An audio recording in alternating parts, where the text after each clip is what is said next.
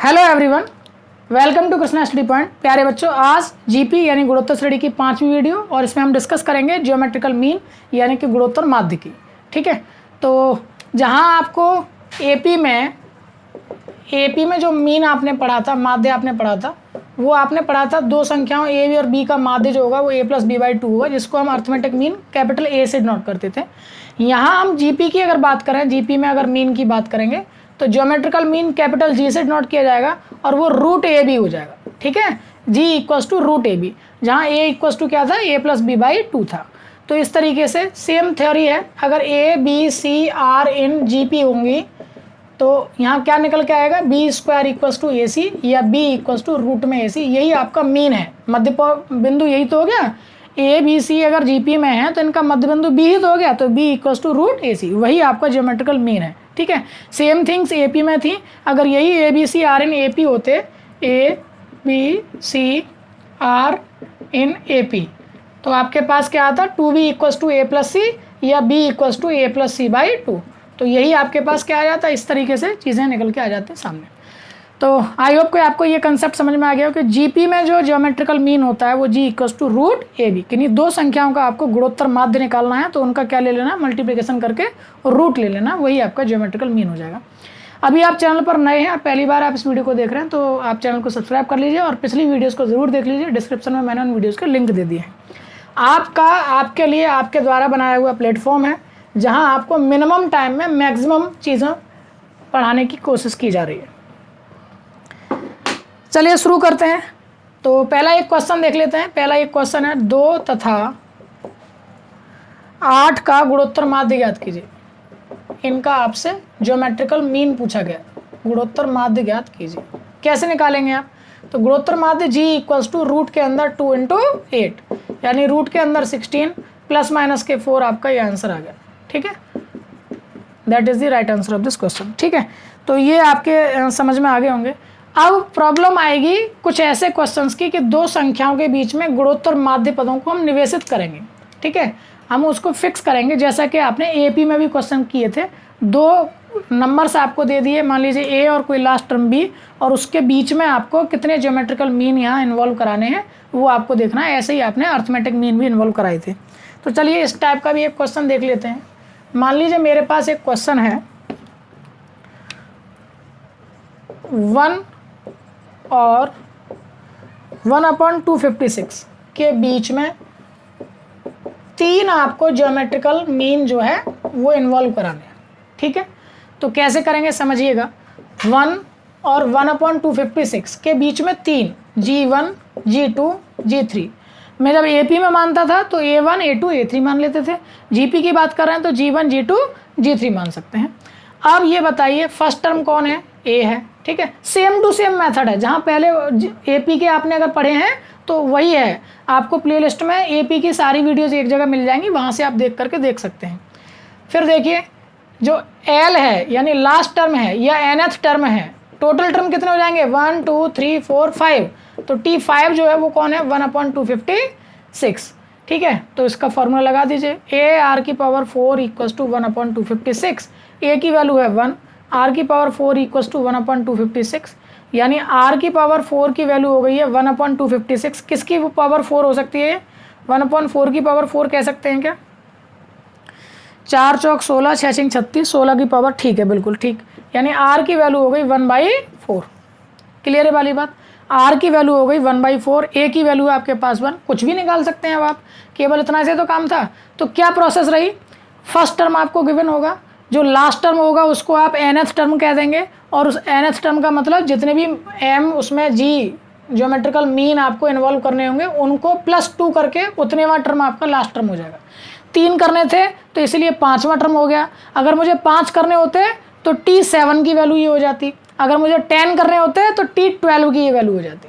ठीक है, तो इस तरीके से आप इनको सॉल्व करके R की वैल्यू फाइंड कर लिया करेंगे, हर बार सेम टू सेम काम रहेगा। अब क्या करना है, A की वैल्यू आपके पास है, R की वैल्यू आपके पास है, जो चाहिए वो निकाल सकते हैं आप। आपको G1 की वैल्यू चाहिए, G1 का मतलब है T2, टर्म 2 है वो। T2 का मतलब क्या हो जाएगा, AR, A का मतलब है 1 और R का मतलब है 1/4। आंसर आ गया 1/4। तो पहला ज्योमेट्रिकल मीन जो है जो आपने इन्वॉल्व किया वो कितना है, 1/4। G2 चाहिए, G2 है आपका T3, टर्म 3 है, टर्म 3 का मतलब AR स्क्वायर हो जाएगा, AR स्क्वायर हो जाएगा तो 1 इंटू 1/4 का स्क्वायर यानी 1/16 इज द करेक्ट आंसर। ठीक है, G3 की बात चल रही है, G3 का मतलब T4 हो जाएगा, T4 का मतलब AR क्यूब हो जाएगा, 1 इंटू 1/4 की पावर 3 हो जाएगा, तो यानी कि ये हो जाएगा 1/64, that is the right answer of this question. ठीक है, तो इस तरीके से आप अपने क्वेश्चंस को करके देख सकते हैं। कहीं कोई प्रॉब्लम हुई हो तो इसको आप लोग सॉर्ट आउट अपने आप कर लीजिएगा। 256 शायद नहीं आ रहा है क्या? 4 4 जा 16 16 16 256 बिल्कुल ठीक है, सही लिखा हुआ है। ठीक है, तो इस तरीके से आप अपने क्वेश्चंस को करके देख सकते हैं, नो प्रॉब्लम, कोई दिक्कत नहीं आई। ठीक है, चलिए देखते हैं एक और क्वेश्चन। ये 2 क्वेश्चंस मैंने आप लोगों के लिए लिख दिए हैं। 2/3 486 के बीच में 5 ज्योमेट्रिकल मीन आप इन्वॉल्व कराइए। माइनस के हाफ माइनस के 1/32 के बीच में आपको 5 ज्योमेट्रिकल मीन इन्वॉल्व कराने, तो आप लोग करके देखिएगा, कोशिश कीजिएगा। अब देखिए relation between arithmetical mean A and geometrical mean G, इनके बीच में क्या रिलेशन है, ये एनडीए वगैरह के क्वेश्चंस में और आईआईटी के क्वेश्चंस में बहुत पूछा जाता है। तो वो एक क्वेश्चन मैं आपको रहता हूँ, कितना आसान क्वेश्चन है समझिएगा। ए इक्वल्स टू होता है, आप जानते हैं, a + b/2, जबकि जी इक्वल्स टू होता है रूट में ए बी। क्लियर है वाली बात? अगर मैं ए में से जी को माइनस करूँ तो a + b/2 minus root A B हो जाएगा। ठीक है, आप इसको भी सॉल्व आउट करेंगे तो a + b माइनस का 2 रूट ए बी अपॉन 2 हो जाएगा।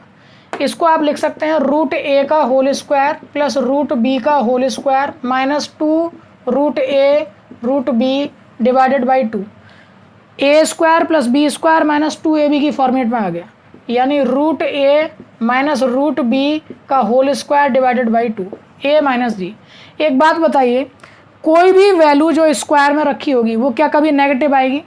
वो एक पॉजिटिव नंबर आएगी। कैसी आएगी? पॉजिटिव आएगी। a minus G equals to positive number. ठीक है, अब इस g को मैं अगर इधर लेके जाऊंगा, a equals to G plus कोई भी एक positive number, a equals to G plus कोई भी एक नंबर जो कि पॉजिटिव है।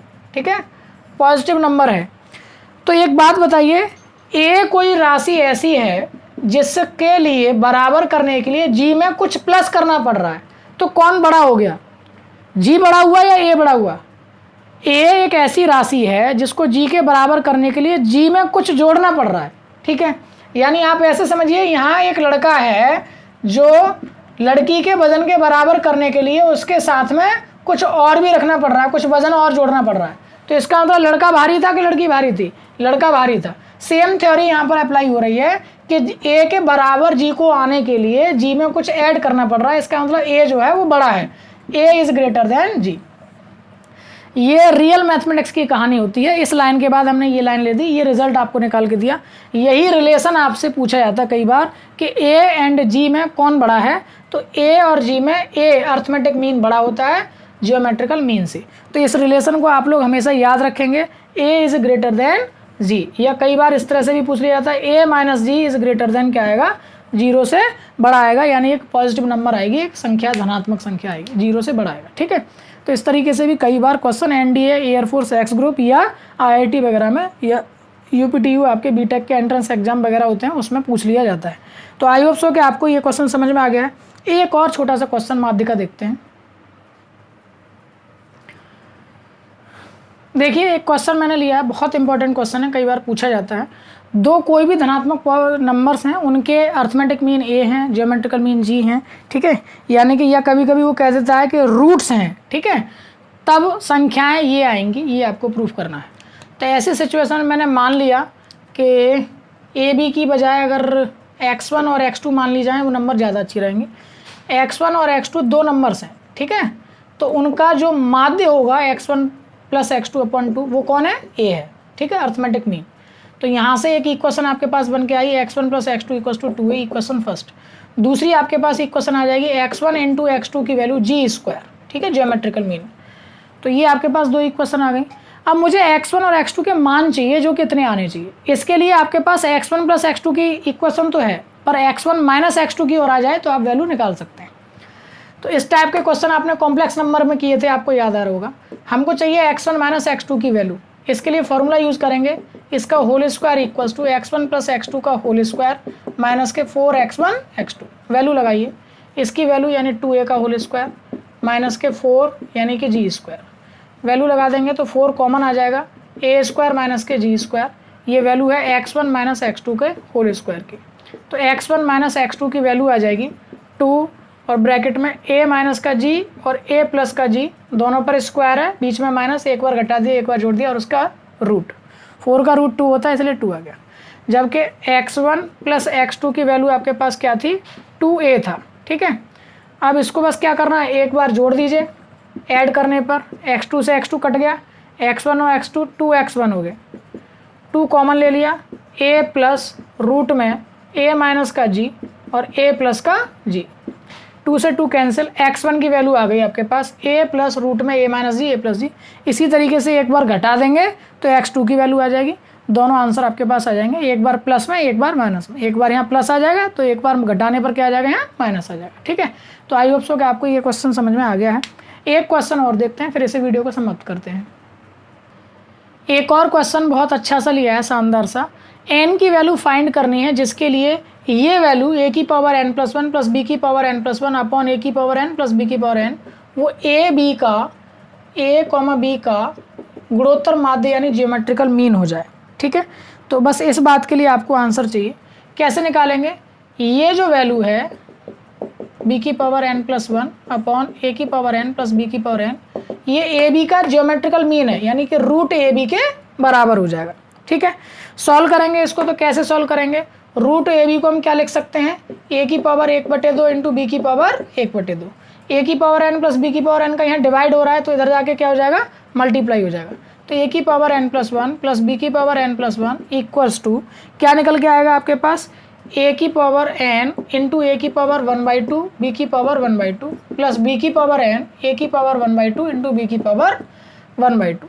ठीक है, मैंने क्या कर लिया है कि a की पावर n का अलग गुणा करा है, ये मल्टीप्लाई में है तो इसलिए मल्टीप्लाई में रहेंगे, तो इस तरीके से अब 3 टर्म आपके पास मल्टीप्लाई में निकल के आ गए। अब आपको केवल n की वैल्यू फाइंड करने के लिए दोनों तरफ एक जैसे टर्म होने चाहिए। मुझे प्रूफ क्या करना है, n की वैल्यू निकालनी है, दोनों तरफ कुछ ऐसा आ जाए जिससे कि मैं पावर को कंपेयर कर सकूं, तभी जा कर के चीज़ें समझ में आएंगी। ठीक है, तो फिलहाल देखिए यहाँ पर क्या बन सकता है, गुणा में घातें जुड़ सकती हैं तो n प्लस हाफ हो गया इंटू बी की पावर 1/2 हो गया। ऐसे यहाँ की अगर हम बात करना चाहें तो ये आपके पास b की पावर n प्लस हाफ हो जाएगा और इंटू a की पावर 1/2 हो जाएगा। जबकि यहाँ की अगर आप बात करेंगे तो a की power n into a plus b की पावर n इंटू b हो जाएगा। ठीक है, बेहतर रहता है कि हम इसको ऐसे ही रहने देते, ऐसे ही रहने दीजिए, वो ज़्यादा अच्छा है, कॉमन निकाल पाएंगे इजीली, आप लोगों के समझ में भी आ जाएगा। a की पावर n इंटू a की पावर हाफ और b की पावर n इंटू b की पावर हाफ। ठीक है, अब a को a के पास ले आइए और b वालों को b के पास ले जाइए। तो a की power n into a minus a की पावर n इंटू a की पावर हाफ इंटू b की power half equals to b की पावर n b की पावर हाफ a की पावर हाफ माइनस b की power n into b। Common निकाल लीजिए, यहाँ से मेरे पास a की पावर n कॉमन आ सकता है, और भी कुछ कॉमन आ सकता है क्या, a की पावर n के साथ साथ a की पावर हाफ भी तो कॉमन आ सकता है, निकाल लीजिए, इंटू a की पावर हाफ, यहाँ बचेगा a की पावर हाफ माइनस b की पावर हाफ। यहाँ से भी b की पावर n कॉमन आ सकता है, b की पावर n को कॉमन निकाल सकते हैं और b की पावर हाफ भी कॉमन आ सकता है। यहाँ बचेगा a की पावर हाफ माइनस b की पावर हाफ, दोनों तरफ ये ब्रैकेट सेम है, कट गया, a की पावर 1/2 माइनस b की पावर 1/2, a की पावर 1/2 माइनस b की पावर 1/2, इससे ये कट गया। सवाल आपके पास बच गया a की पावर n इंटू a की पावर 1/2 इक्वल्स टू b की पावर n इंटू b की पावर 1/2। ठीक है, अब जो n वाले हैं उनको n के पास और जो बिना n वाले हैं उनको बिना n के पास, तो a की पावर n अपॉन b की power n equals to b की पावर हाफ अपॉन a की पावर हाफ। इसको ठीक से लिख लेते हैं बस, तो a अपॉन b की पावर n कह सकते हैं यहाँ, और इसको b अपॉन a की पावर 1/2 कह सकते हैं। अभी ये तो a अपॉन b है, ये b अपॉन a है, तो अभी सॉल्व नहीं किया जा सकता, इसको कंपेयर नहीं किया जा सकता क्योंकि बेस एक जैसे नहीं है। बना लो a अपॉन b की पावर n इक्वल्स टू, इसको भी लिख सकते हैं a अपॉन b की पावर माइनस के 1/2। ठीक है, पावर कैसी हो जाएगी, माइनस की हो जाएगी, माइनस की पावर करते ही पलट गए। अब आप तुलना कर सकते हैं ऑन कंपेयरिंग करने पर n की वैल्यू आ गई माइनस के 1/2। तो n की वैल्यू अगर -1/2 लगा दें तो यही नंबर क्या बन जाएगी, ए बी का ज्योमेट्रिकल मीन यानी गुणोत्तर माध्य बन जाएगी। That is the right answer of this question. तो आई होप सो कि आपके समझ में ये वाली बात आ गई है। n की वैल्यू कितनी होनी चाहिए, -1/2 होनी चाहिए। और भी कई बार इसकी कैलकुलेशन दूसरे तरीकों से भी सॉल्व करके n की वैल्यू -½ आ जाती है, तो आप उस तरीके से भी सॉल्व कर सकते हैं, नो प्रॉब्लम, कोई दिक्कत वाली बात नहीं है। ठीक है, तो आई होप सो कि आप लोगों ने इस वीडियो से काफ़ी कुछ सीखा होगा। वीडियो पसंद आई है तो लाइक और शेयर करना ना भूलें। साथ ही साथ नीडफुल स्टूडेंट्स को चैनल के बारे में बताइए और ज़्यादा से ज़्यादा सब्सक्राइब कराइए और यूँ ही ढेर सारा प्यार अपने चैनल कृष्णा स्टडी पॉइंट को देते रहिए, बने रहिए हमारे साथ। Thank you so much, bye bye.